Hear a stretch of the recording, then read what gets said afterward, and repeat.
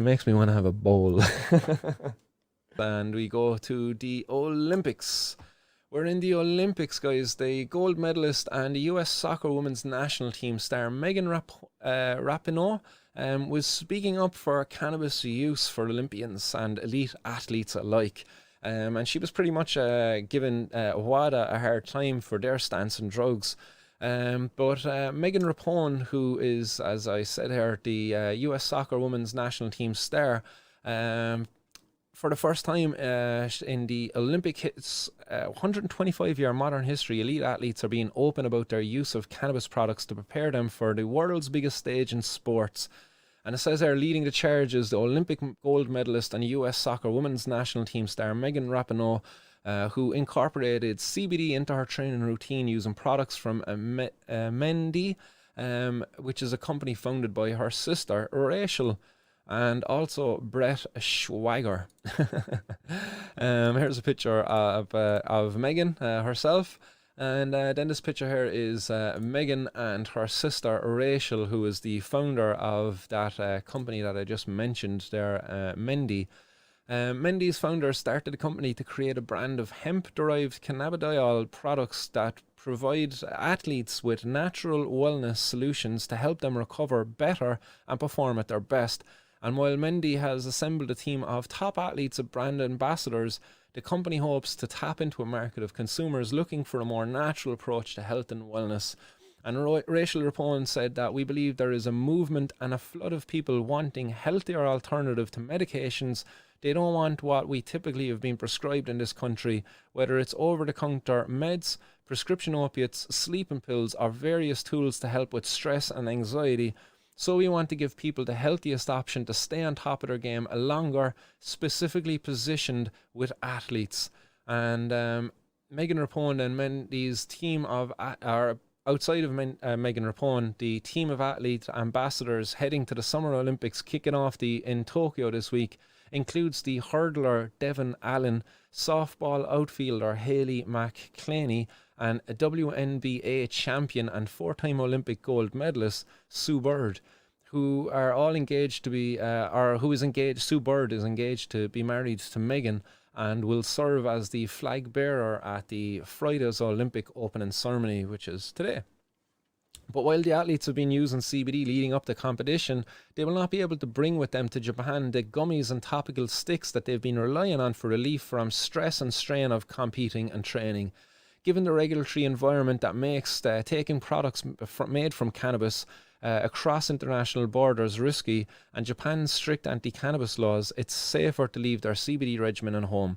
It's a point Rachel makes clear during the conversation with the reporter on this.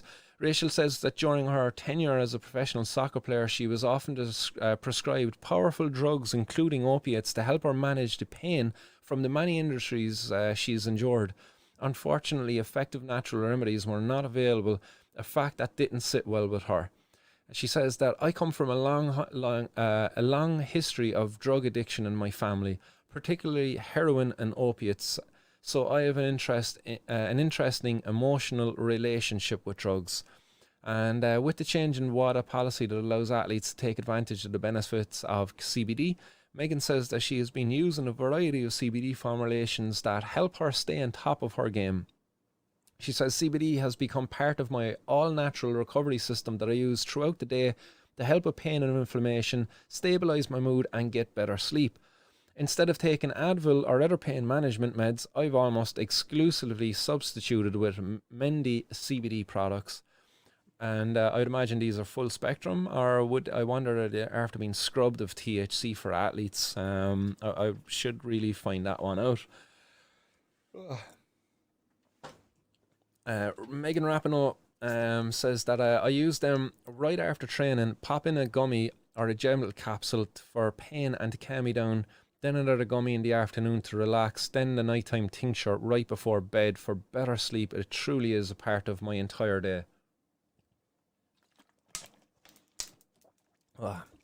She says that besides relieving her physical ailments, the CBD gummies she takes daily help her mood and help mental health. She says it's my go-to to calm me down after a hard training or game. As well as for sleep, she explains, I've noticed a significant difference in my stress and anxiety levels when I am consistently using many CBD products versus when I don't. Megan says that she is really bummed out about not being able to take the CBD products with her to Japan, adding that they have been instrumental in the past 2 years in all aspects of her life. So it's quite frustrating that she can't take them with her to compete on the world's biggest stage. And she brings up that Carrie Richardson unfortunately wanted to use a healthier alternative to manage the stress that was going on in her life, and now she's banned from this year's Olympics. And also adding that every athlete should have the same access that every other American does to deal with the stresses of life, noting that existing policies are not working. She says, we're expected to perform on the biggest stages and the highest levels, yet we can't use all natural products to help us recover, she writes. It's not right, and these policies need to be changed to reflect where our culture is at. And here's an old photo there of Megan applying some of the CBD rub onto her legs after what I'd imagine was probably a heavy workout, but this is probably just an old photo up there to for the products. But still, nonetheless, like that's exactly how it could be used. A topical a salve that could be just rubbed onto the legs so that the CBD can infuse into the area where it is needed. So maybe if you're after a heavy leg workout, maybe it's leg day at the gym, and you're after belting out the old weights, rub on a little bit of CBD salve there and our CBD balm, and it'll do some tremendous good there to reduce the inflammation and to help with the recovery process to the legs afterwards. She says also, this is coming in from Megan, she says that the societal effects in the terms of social justice that weed has had on this country is just absurd. There are so many mostly black and brown people sitting in jail for 10 to 20 plus years for cannabis, and it's completely unnecessary. From a social perspective, we're long overdue the legalization of cannabis on a federal level.